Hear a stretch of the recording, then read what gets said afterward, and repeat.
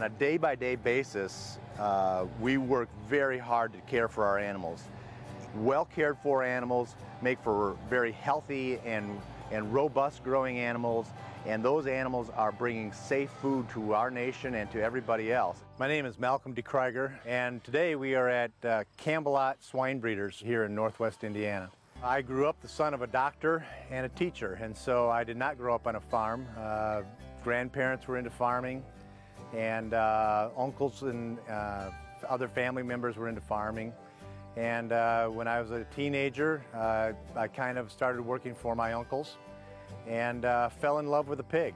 I found it to be just a very fascinating and interesting sort of an animal to work with. When I graduated from undergraduate, I decided to go to Purdue University and get my master's degree in animal sciences. And more specifically, it was in monogastric nutrition and swine management. 40, 50, 60 years ago, all these pigs were outdoors. And it got cold, and the weather was inclement, and they suffered. And so we said, well, let's put them under a roof. Well, then the wind blew through there, so let's put walls around there. And that's when we had to take control of the environment inside these barns. Our animals are indoors to keep them out of inclement weather. The three things that you just got to do right to take care of an animal is you have to give them fresh food, you have to give them fresh water, and you have to give them fresh air at the right temperature. If you take care of those three basic things, the animal will be very comfortable and it will flourish. The breeding barn is a location where weaned animals, weaned sows are brought, and about 4 to 5 days after they are weaned, they will naturally start to express estrus, or they'll come into heat. It's quieted down now a little bit, but it often gets very noisy in here when the guys and the girls are talking to each other. This is a tunnel ventilated barn with evaporative cooling on it. This is a typical day in our breeding and gestation barns.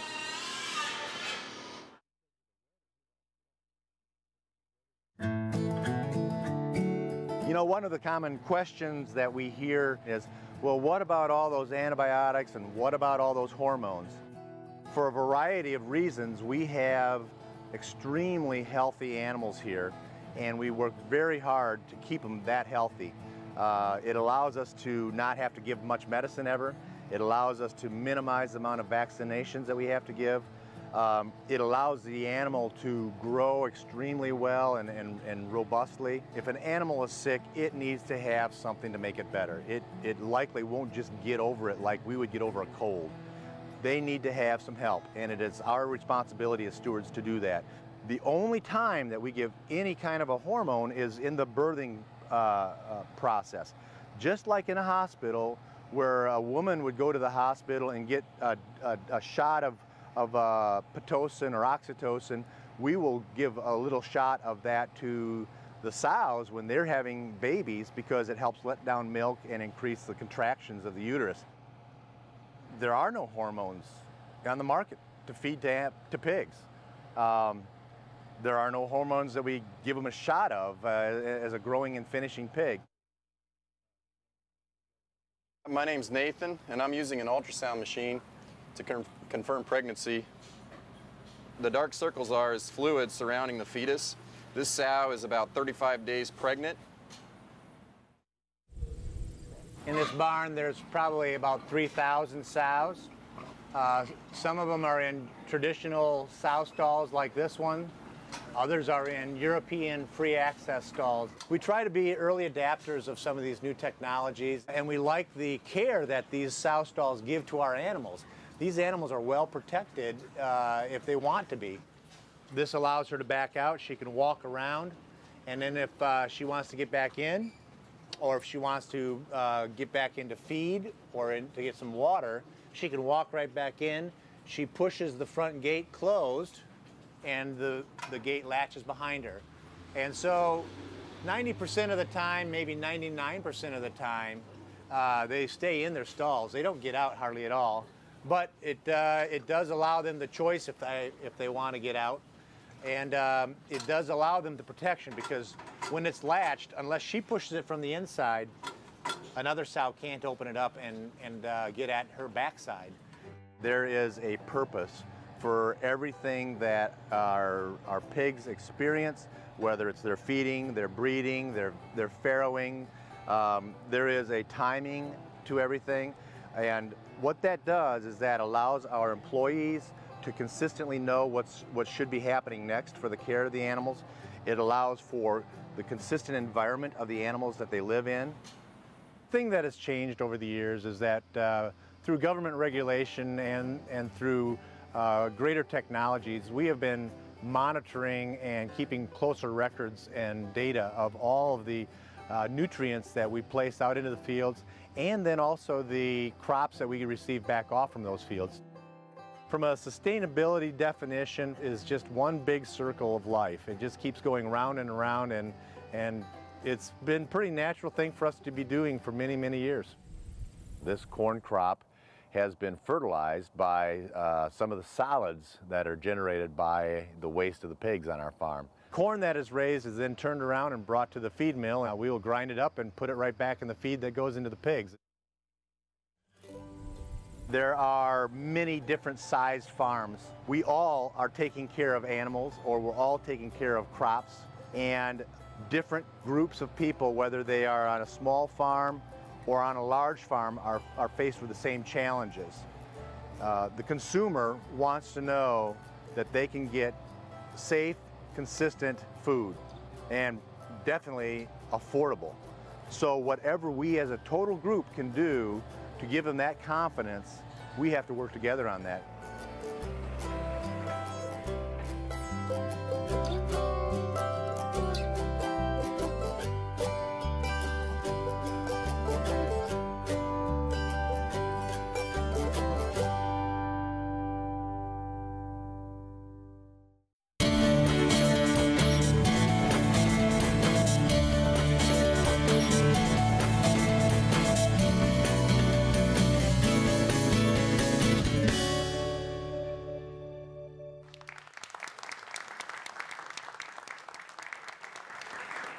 And welcome back to the Food Dialogues. It has been an extraordinarily rich discussion so far. We're glad you're still with us. And we want to move on to our next panel now, and Jane Wells, who's out in California at UC Davis. Jane?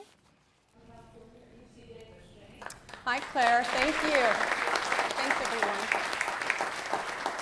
I have to admit that I am a skeptic by nature, and we talked a lot about sustainability today, and when I take a leap of faith when I go to the grocery store, what is sustainable, what is organic, what is natural, can this be done economically, what is all the hype, what is the future here? So we're hoping on this panel to cut through some of that cow manure that's been injected back into the ground and get to the facts of the situation. I have a great panel with me, and to my left here is Dr. Neil Van Alphen, who is the Dean of the UC Davis School of Agriculture and Environmental Sciences. Thanks for joining us. And, thank you. You know, talk about research. What's the one thing you want to bring to the table here today? Well, let me just say, to begin with, welcome to UC Davis, and to what is considered by many to be the leading university in the world in addressing the research issues that we've been talking about. And clearly, if you look at what we're facing, go back 60 years, and what we have done is in these past 60 years,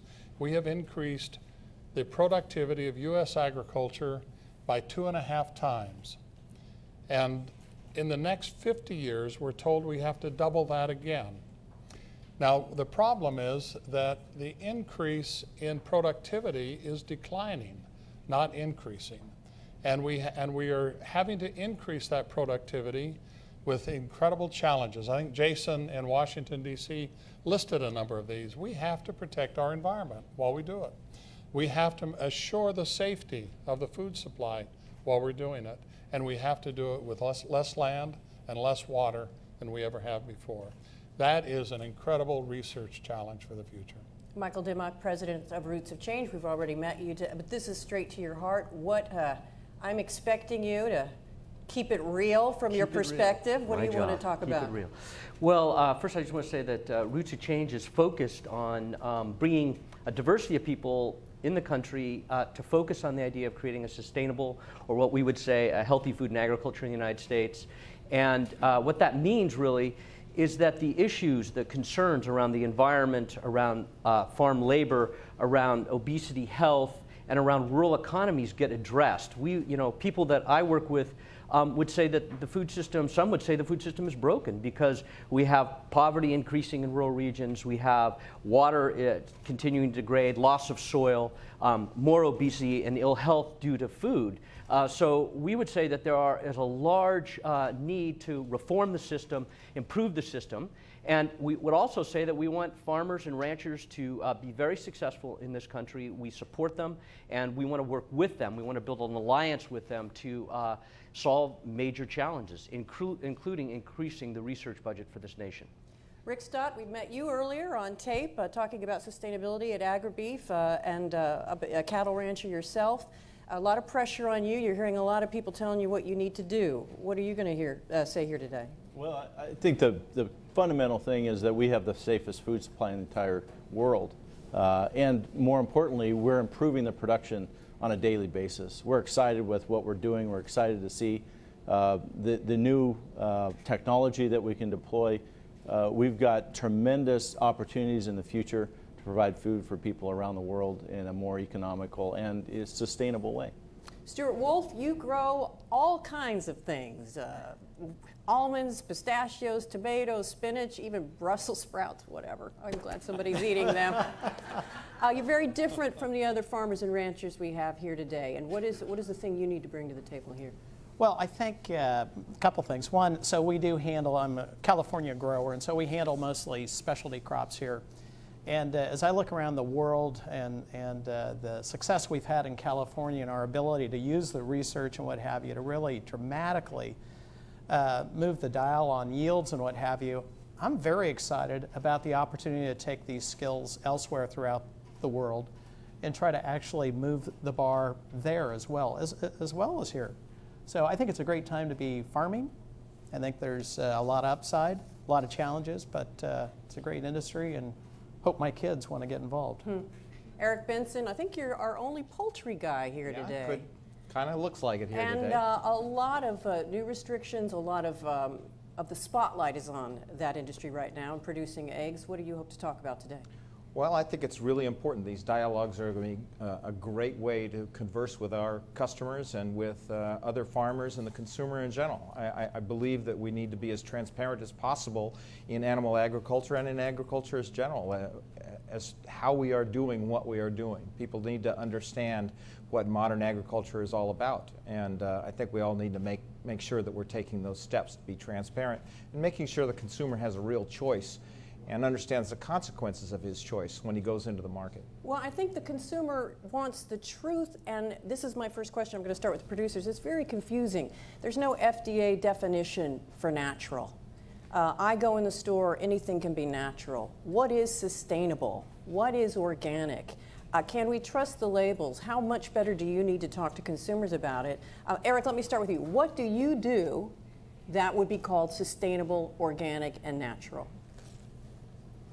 Well, when I think of sustainability, I think about how our farms have used the entire production cycle to encourage and sustain a lower carbon footprint and a lower impact on our local community than we have in the past.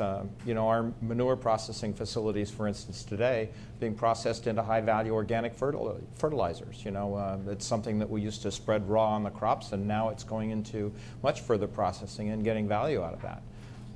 Sustainability, we're once again with the manure, we're combining a lot of the ammonia and the other ingredients, fixing it into the manure so it can be used on crops later on. Sustainability for me is also the sustainability of our family business. We've been around for 102 years. Sustainability to me makes me think about whether or not J.S. West & Company is going to be around for another 102 years.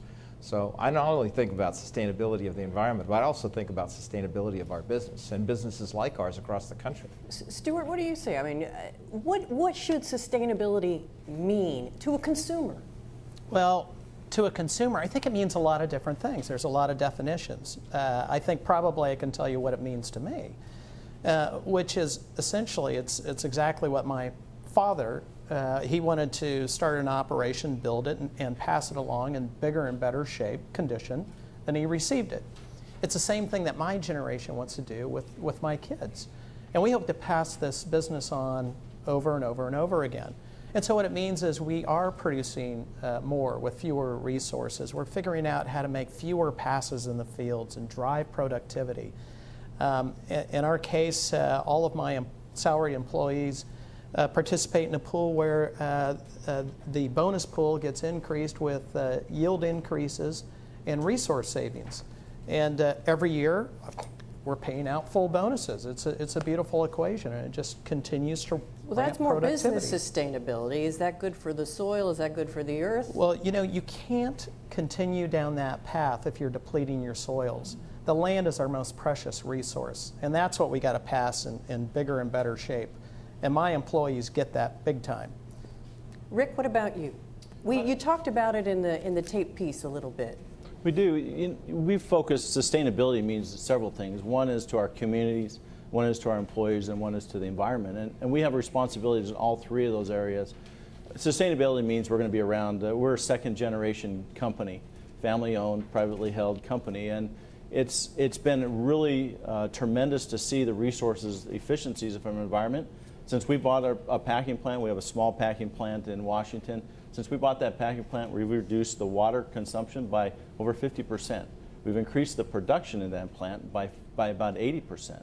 And so as a result of that, we're using our resources better. We've done great trials, and we've done some great things with manure and compost, remediating Superfund sites, looking at the recyclable nature of compost and bringing it to the fields of farmers who produce corn from us. So it's a holistic kind of approach to our entire business. Michael, it sounds like we're talking about two different types of sustainability.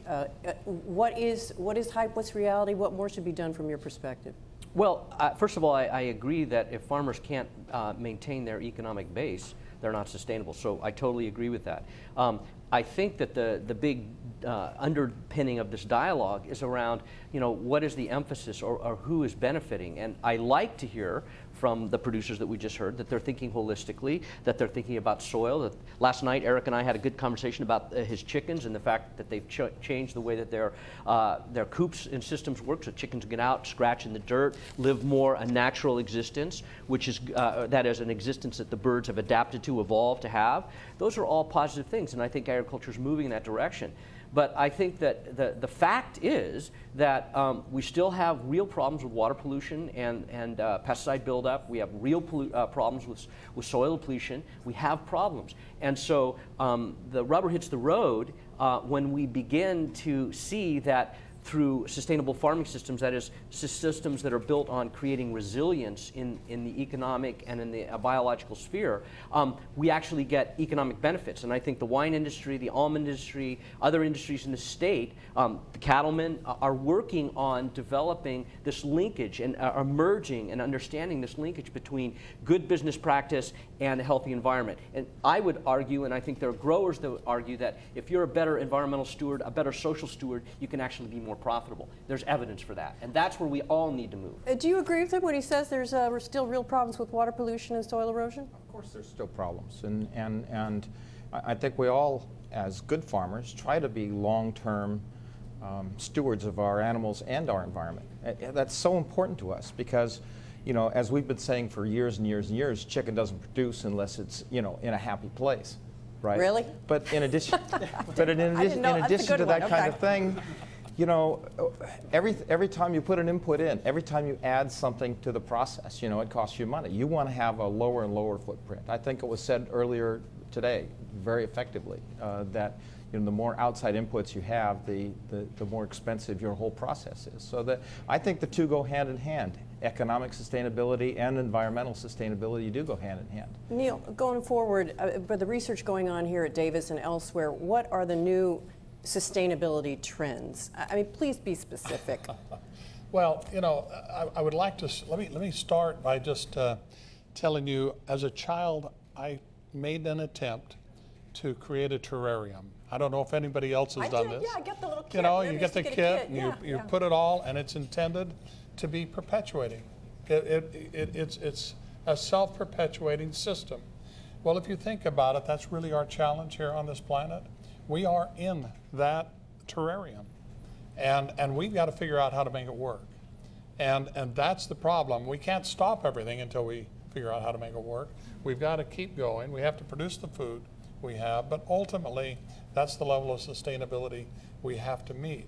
Now, the specifics, it's the water. I mean, we really, the two challenges that we face right now is water quality and the global climate change. And all of that are disrupting our system in a very significant way right now. So what is the new trend? What is the big thing that farmers and ranchers are doing to address and accommodate? I know I was in Napa Valley where they're, in some places they're changing the way that the grapevines, the canopy, because maybe it's too hot so they want to leave more leaves on, that sort of thing. What are you seeing generally? Oh, in California, water is the issue. So we are doing everything that we can to change practices, to conserve water, and also to improve the quality of the water as it leaves the farm. And so those are the real issues. You know, we have some data here that we got in these research, the surveys that we did, and I found this one particularly interesting. 99% of farmers say protecting the environment is an important goal. Well, who's the 1%? But anyhow, 99% said it's important, yet 41% of consumers say there is conflicting information on the effects of farming and ranching on natural resources. And the top two issues consumers want more information about are how chemicals are used and how pesticides are used. Are you, as producers, doing enough to market your product as chemical or pesticide free or reduced? How do you get that message out to consumers? Buy my beef because. You know, one of the things that we do is that we have different segments of our business that we produce. We have an all-natural product called Snake River Farms. It's American Wagyu Kobe beef, Caribou pork, very high-end, very expensive, very great quality, but it's all natural. We also what does that mean? All natural? Well, that's I'm getting to that. So we have also Double R Ranch. It's high choice, very great quality. St. Helens, Rancho El Oro. Each of these address a specific segment. From a natural standpoint, back to one of your original questions, how do you define that? Well, it's really about transparency.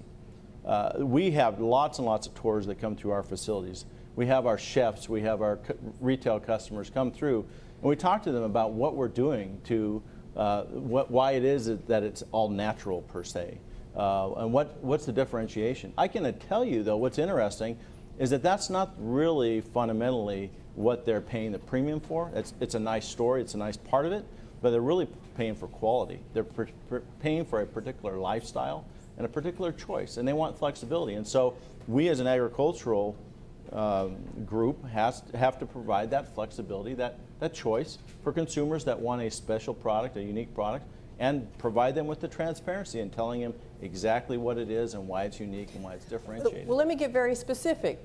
For that all natural, does that mean they just eat grass that's on the ground? They have no antibiotics? I mean, what does that mean? What is natural? Well, in our term, in our definition, what it means is that they grow up on a farm or a ranch, and then they come into our feedlots, and we feed them special rations that we've designed over a very long, extended period of time. Like organic? I mean, I really don't know. I hate to get so specific, but when you say it's natural, what is that? Well, it's the feed itself is what we get off the fields from the local farmers and things, so it's nothing all that special per se, but it's just a longer process, a more expensive process.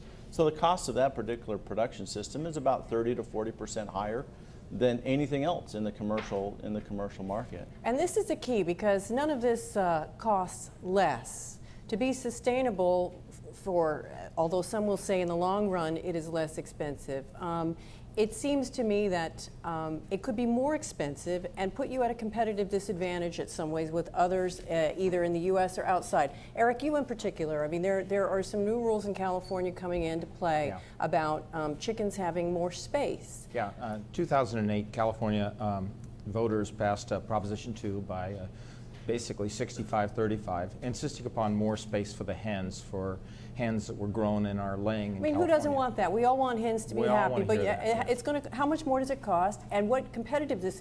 Can you sell that product? Our family may end up spending as much as $30 million upgrading our 1.5 million, 1.7 hens. I'm sorry, over the next $30 4 million? years. About $30 million. That's a lot of money for our family. I mean, it may not be for some families, but it's a huge number for us.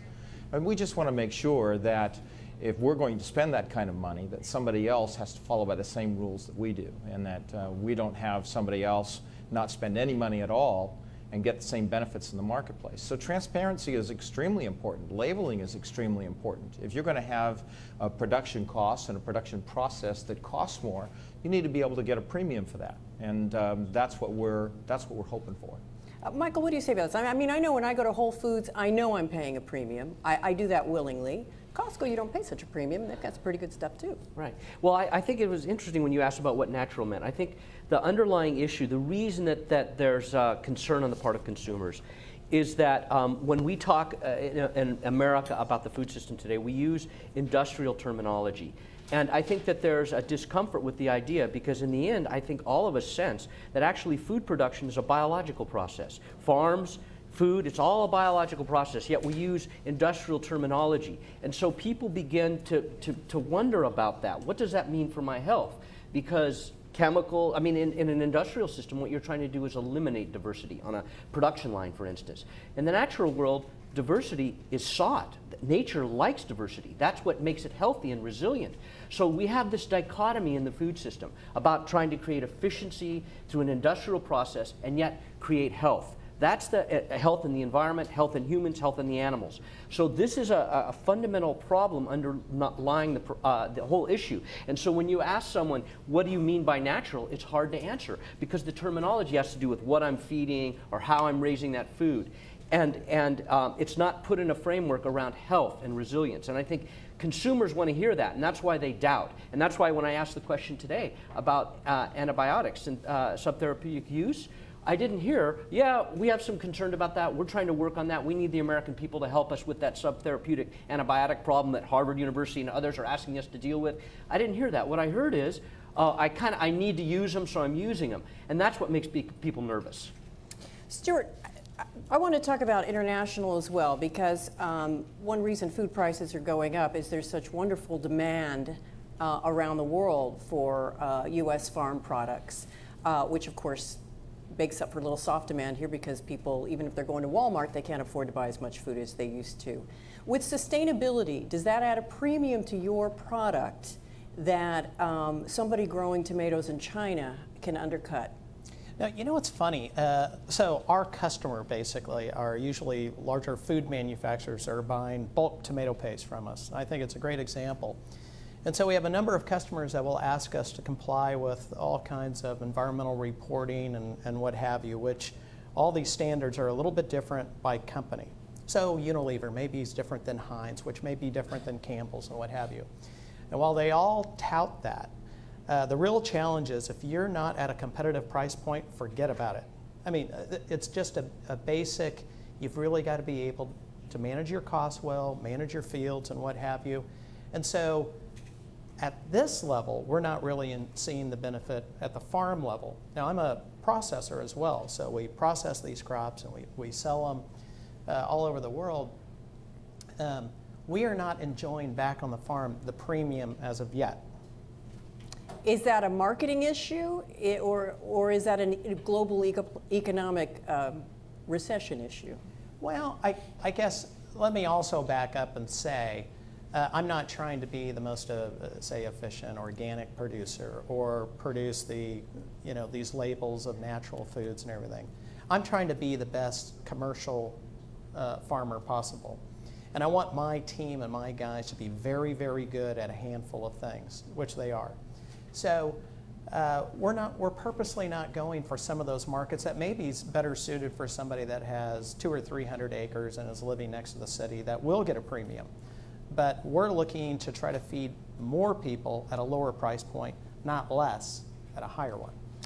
Yeah, I had a question for you. We got some questions from fooddialogues.com. This is one. Why can't organic approaches be used in all ag food production farms? You know, one of the, and certainly organic production is probably the most knowledge intensive of all of the production systems because you're trying to do this without a lot of the tools that are easy to use in many ways to make the system work. Can it work on a wide scale? Oh, absolutely, but sometimes at a cost. You know, one of the challenges that we have, I think, in helping people understand, you know, the whole system of farming is we set up these value systems, and we say natural is good, man-made, industrial, whatever you want to say it is bad. Well, nature is scary too. I mean, I know some of the scariest chemicals that I know of are found in food, but they are produced by natural organisms. And so, you know, these are, you know, characterizations that we make that really complicate the story. And natural, you know, I've spent my career trying to control plant disease using biological means. So I'm a true believer. But I also know that it's very, very difficult to do.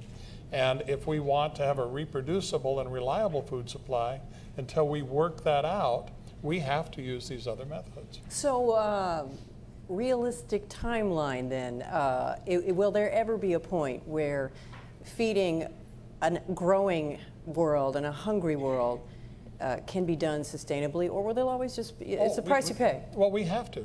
We absolutely have to. As I started my discussion here, this is a closed system.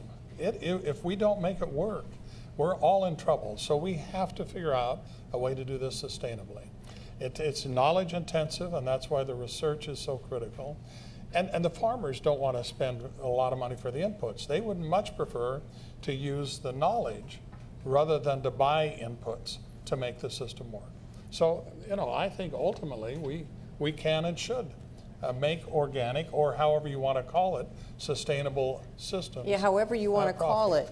Michael, your thoughts on that? Well, I absolutely agree with Neil. I think that the ultimate goal, and we heard it from Jason Clay in D.C., we have to solve this problem. We have to actually understand how to integrate human food production into the biological system. Otherwise, there will not be a future. I think the huge challenge before us is to get more allies for the agricultural sector, because it's less than 2% of the population, it's underinvested in, and it's not going to happen. The changes that we need and the support that's needed for the research and the innovation is not going to happen unless the American people rise up and say, we need it. We want healthy rural communities. We want healthy kids in school. We want healthy farms and ranches. We want healthy animals. Well, that's only going to happen if we all rise up and do it. So that's what we're about. We're working with the university. We're working with the growers. We're working with everywhere we can to get the message across that in the end, the food system is as important as the energy system and the health system. If you don't have those three in shape, you got a problem in your culture. Yeah, but every time I go to the grocery store, there's food on the shelves. Right. It doesn't make me sick. Right. It's relatively affordable. It was brought up either last night or in the early sessions this morning. One of the problems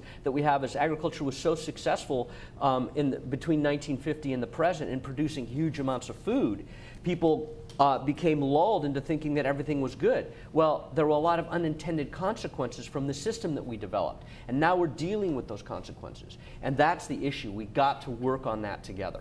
And so in our country, there's not food shortages in the wealthy parts. But if you go into South Fresno, where you have 40% of the people able to needing to use food stamps to eat, or if you go to South LA, or you go to other parts of the country, in fact, there is hunger in those places. So we have problems in this country. It's just not widespread yet. I wanted to talk about the premium and passing that along again more, because I was at the Farm Progress Show in Decatur, Illinois, and the price of everything is going up. Farmers are making more money, but their input costs are going up, the equipment costs are going up, everything's going up. They talk about sustainability long-term as helping reducing costs. Yes or no? Rick, let me start with you. Well, I think if you take a look at where we are in the cattle industry today, we have about 100 million cows today. About 1955, we had about the same amount. If we were to produce with the way they did it back then to today, in today's demand, we'd have to have 80 million more cows today in the United States. That would require grazing capacity of Texas, New Mexico, Arizona, Colorado, Kansas combined to have those cattle graze. So the fact is we are becoming more efficient in the way we're doing, and therefore providing more opportunities for people that can't afford the food. That there are starvation in the United States. That's why we have the Beef Counts program that I talked about on the video. It's incredibly, I mean, that's really where the opportunity is. I mean, that's really where the exciting part is that we are sustainable today, and we're becoming better and better at it each and every day, and that's exciting. By doing these special, okay. lest you think that his industry is unique. It's really not. I mean, all three of us, and we were talking about this last night and this morning, all three of us have seen dramatic increases in productivity over the last 50 years. I think we are a victim of our own success to some degree. We've done this very successfully over the last 40 or 50 years. Yes, there are pockets of people who have to use food stamps, but the food is there.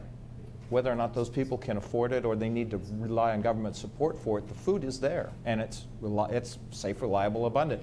You know, and they do have a choice of the kind of food they can eat. Stuart, are you using less chemicals and pesticides? I mean, you have orchards, you have row crops. Talk about that. Yeah, we actually are. And when I was listening to you say, you know, ultimately, can we go all organic? You know, we are aware of the tools and materials that are being used in the organic industries and the practices. And so, you know, where we can apply them, we use them. You know, we are not setting aside our land for 3 years to become organically certified and what have you, because we're just not organic growers. But I just want to follow up on that. What's amazing to me is something like the tomato industry, where we had close to 20 years where we saw our productivity increase and the price of tomatoes basically stayed about the same for about 20 years. It's just phenomenal. And today we're producing a ton of tomatoes with about 1/3 the amount of water. It's all under berry drip. We have thousands and thousands of acres under berry drip. We have a lot of years where we're spraying little or nothing out there because we have good crop rotation. We're very good stewards of the land. Now, if we have a huge crop out there and it just rains like all get out, you know, we'll put fungicides and we'll protect the crop and our buyer and the consumers. But by and large, at least in California, we can get by a lot with proper crop rotation and integrated pest management and all these tools from Davis and elsewhere with less and less material. We have some questions in our audience. I believe the first question is with Janet. Hi, I'm Janet Plank with the California League of Food Processors.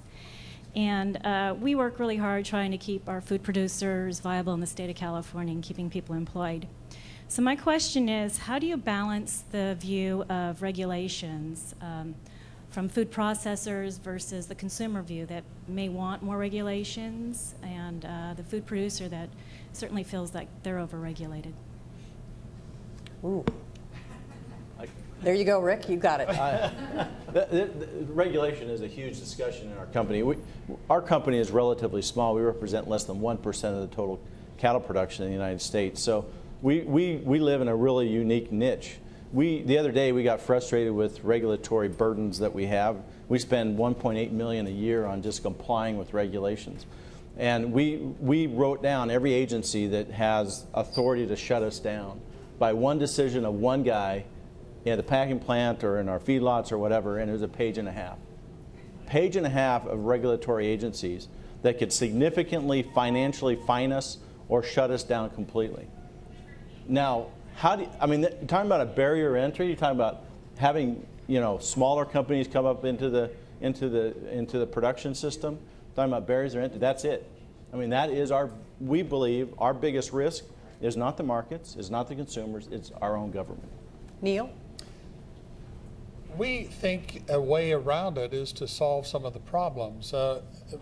We are under planning for a new building to be added to this complex of the Robert Mondavi Institute that will look at food processing with the goal of a zero water footprint, a zero CO2 footprint, and energy self-sufficient. Now, if you can do that, how are the regulations going to affect your production? I think these things are possible, but it all, again, is this concept of looking into the future and asking, how do we sustainably maintain what we have to do? And so we are really pushing that kind of envelope of how to sustainably process our food as well as how to grow it. Michael? Well, I think it's, you know, regulation is an indicator of something. People have been piling regulations on because they have concerns.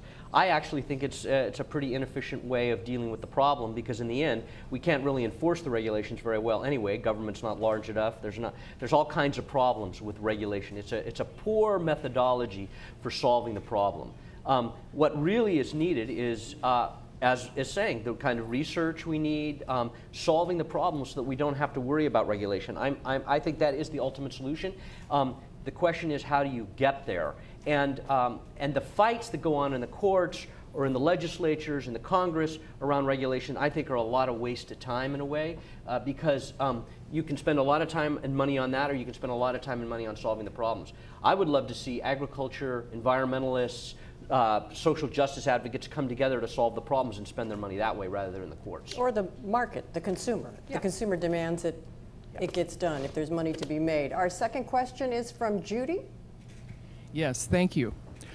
My question is this. We've been talking about education. How and at what age do we really reach our students who will be representing the future of food? How do we talk to them about research-based information about agriculture and food production?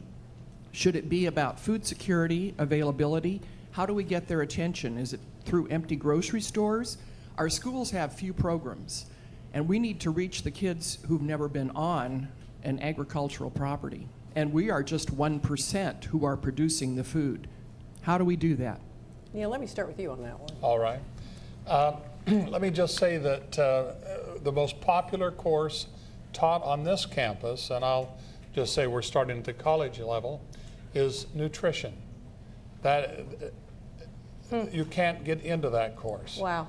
And in fact, our college teaches the 3 most popular courses taught on this campus. And we teach a lot of other courses that students wait to get into that address these issues. We call it science and society. And we address the issues that we're talking about. So there's a hunger, no pun intended. There is a hunger for this information. What do you guys have to say? I mean, do y'all have kids? They're all going to try and get it. Did they want to leave, and now they're maybe coming back because there's no other job opportunities, or? Yeah, I'm just giving you. I grew up on a dairy farm. I'm 5th generation cattleman, and I swore I would never go back to the cattle industry again, and because it was a tough life and very difficult, hard work, all of that stuff. But I've come to realize that there are opportunities, and I came back into the industry because of those opportunities. And I think in the next generation, I think those opportunities are going to be bigger and better. And we're going to need more scientists, we're going to need more engineers in the agricultural industry. It's pretty exciting to see that. How to teach it? I have on a regular basis, my children come home with teachers who have a completely erroneous vision of what agriculture is about, whether the cattle industry or ag industry as a whole, and I have to re-educate them on the reality of life, and then they go back and re-educate their teacher. And in fact, in some cases, the teachers have apologized to my children and to the class of their misconceptions about what it is. Our food doesn't come from the store? Yeah, exactly.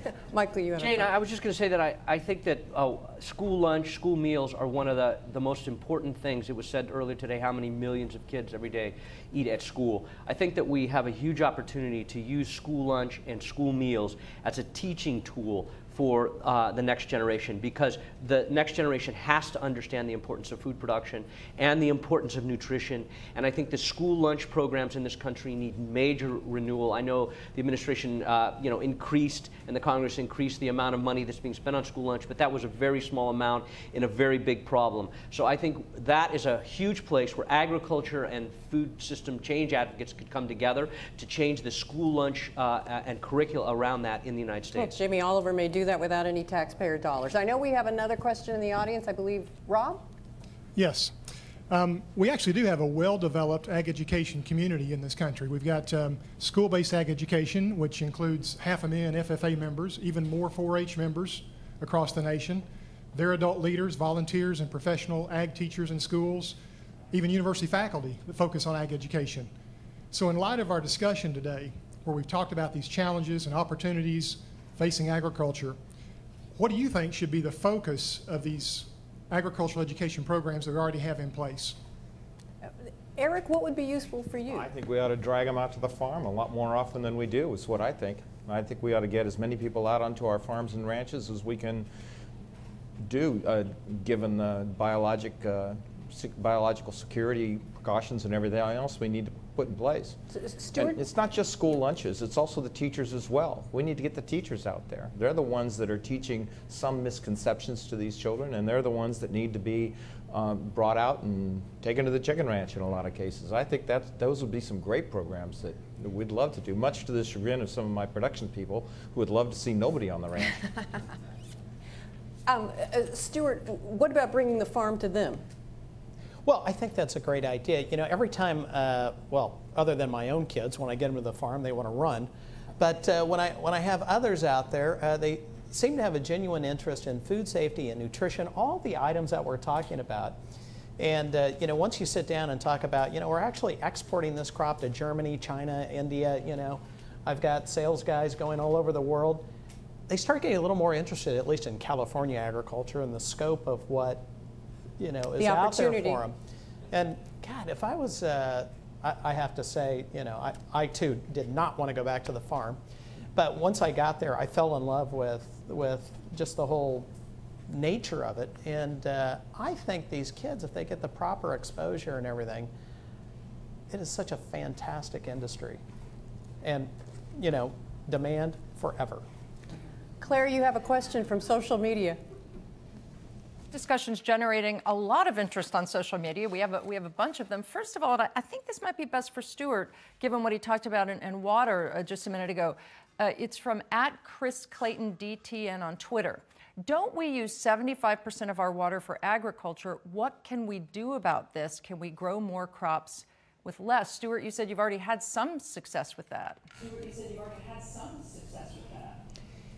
Yes, and what's kind of crazy about this, if you look on a per acre basis for a lot of the crops that we grow, we're saving some water with drip. It's not a hellacious amount. What we're really doing is driving productivity. And so the metric that we're looking at is how many tons are we producing per acre foot. In our own case, our ranch, we measure all of our returns on a per acre foot basis. It's our limiting factor. So we're making big investments in the crops that we grow to get the best returns. We're looking at, you know, and clearly if you can use less, your returns are going up. But, you know, we use 75% of the developed water in California. California, okay, I'm just speaking of California. Annually, we have about 200 million acre feet.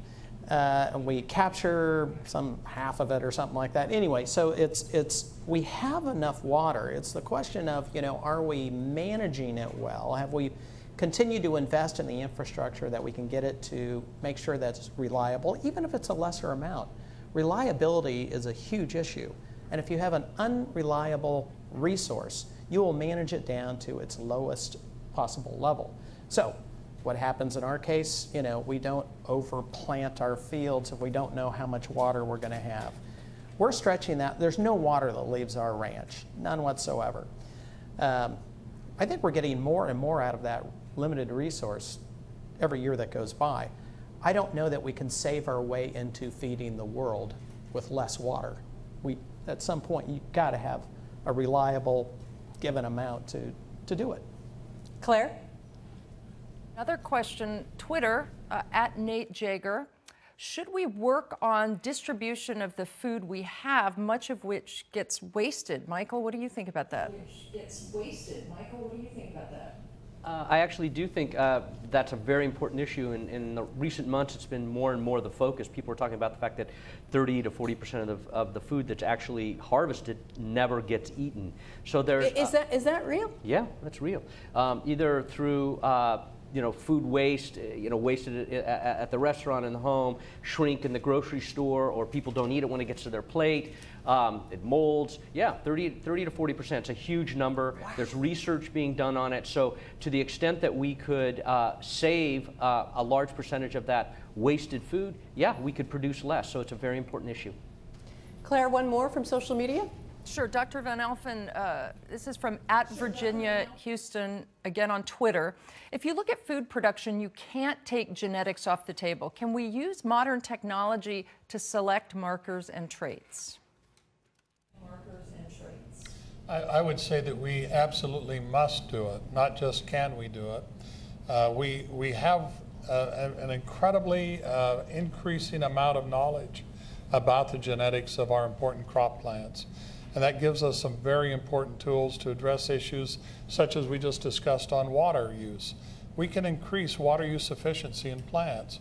We can get plants to grow in much poorer quality water in terms of, say, higher salinity levels. And for us to be able to feed the world and to take advantage of what water we do have, we have to use these technologies.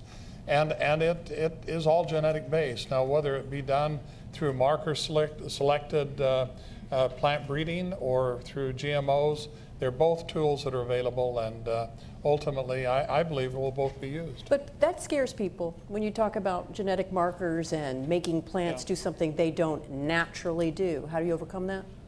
We've always done that. That is what domestication of agriculture and of plants means.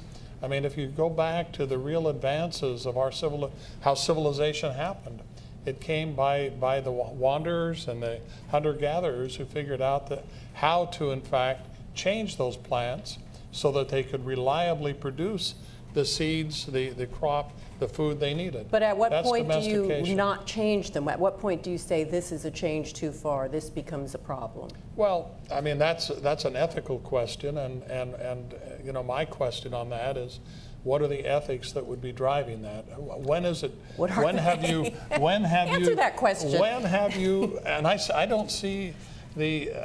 In other words, if we can change the plant teosinte, which into maize, into corn, which is a huge jump in terms of the type of plants they are, and turn it into one that had very little value as a crop plant to feed us, into one that is an incredibly productive, efficient producer of food, and they don't look anything like each other, why would we say we can't take the next step?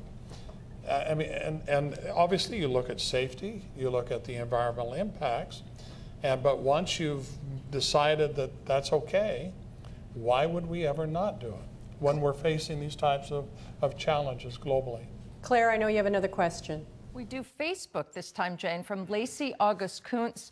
She wonders, will the costs of our food still be considered cheap and abundant in the times to come when prices are expected to rise so much? Or will we really end up playing on a more level playing field in quotes? Jane, field in quotes. Ooh, that's a tough one. Neil, maybe you should first. Does anybody want to take a stab?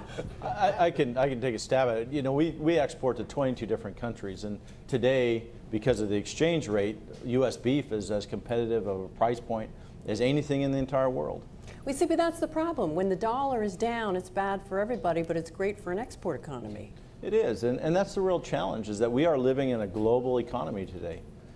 We want to be able to bring in cattle from anywhere in the country and across the nations, from Mexico or Canada. We want to be able to export it to all over the world. And the U.S. beef production is known as the best in the world. So people want to have that demand. Does that take away from the U.S. consumer? Maybe, but when you're talking about tongues, I'm not sure anybody on the panel what the last time you had a tongue, but in Japan and Korea, it's a premium product. It's an awesome product that they pay a huge premium. I'll take your word for it. Okay. And there's other things too that we can sell to overseas markets that have a tremendous value to the overseas market, and the U.S. consumers have no interest in it. Chicken feet in China, although there's a whole big stink about that. But Michael, you had. Well, I was just thinking that in fact it was said from the D.C. panel that energy prices and other impacts, water, labor, all these things are going to drive food prices up.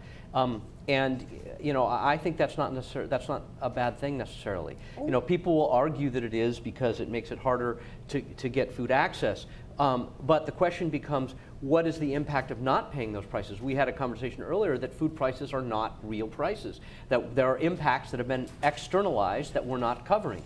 So food prices probably do need to go up. Now, there can be ways that we can deal with the impacts on those who live in poverty around that, that need to be undertaken. But the truth of the matter is, food prices, all the economists are saying it, probably 4% a year. It's been doing that the last few years, and it's going to continue. So the question becomes, how do we deal with that? How do we take care of those who live in poverty? But you know, the same argument is made that gas needs to go to $10 a gallon. People would revolt if food prices went way up. We'd have what happened in North Africa. That's possible, and that's why we have a food policy in this country that 75% of our farm bill really goes to keep people fed, because if you don't do that, you have unrest. Stuart, I know that you wanted to say something. Well, you know, I can't, with my farmer hat on, I love what you're saying. But, you know, when I think about also listening about, you know, how difficult it is for some people in our society to eat, I think you should try to keep prices lower. I don't think it's a bad thing to have plentiful, safe food that's at a price point that everybody can afford. I think that's just a given that we should be there. And I think it's personal responsibility as to what you put in your own mouth, but give them the opportunity to eat whatever they want. And I just also want to comment, you know, when you think about farmers and you look at the cost of food, and I don't know what the exact percent is, but I think for every dollar that the consumer spends, the farmer gets something like 2 or 3%. We're talking about a very small share. Now, this is a good year of farming, I got to say that.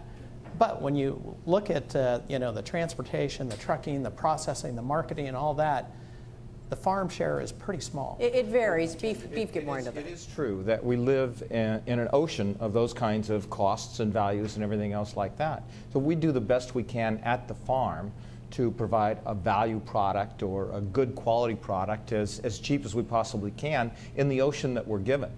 You know, and it's great to talk about world policy and feeding the world and doing a lot of these things from the 30,000-foot level. But I'm just trying to feed my family and make sure that we will be able to continue our organization for the foreseeable future. I think this is a great discussion because it really brings up that other piece of sustainability that we haven't talked about in the normal definition that we look at, and one is social equity. In other words, this issue that we really do have a responsibility in sustainability to make sure food is available and at a price that people can afford. Hunger should not exist in a world of plenty. So this is an important, I think, issue of how do we do this. Claire? One of the things that we have to do every day is at our ranch, in our family, is try to find a way to provide that value as skinny a margin as we can deal with, as competitively priced as we can deal with, to give our consumers a value product, you know, given the societal standards for safety and everything else. Thank you guys so much. It was a really great discussion. Claire, back to you. Jane, please thank your panelists. Terrific. They were blunt, informative, and entertaining, which is always important.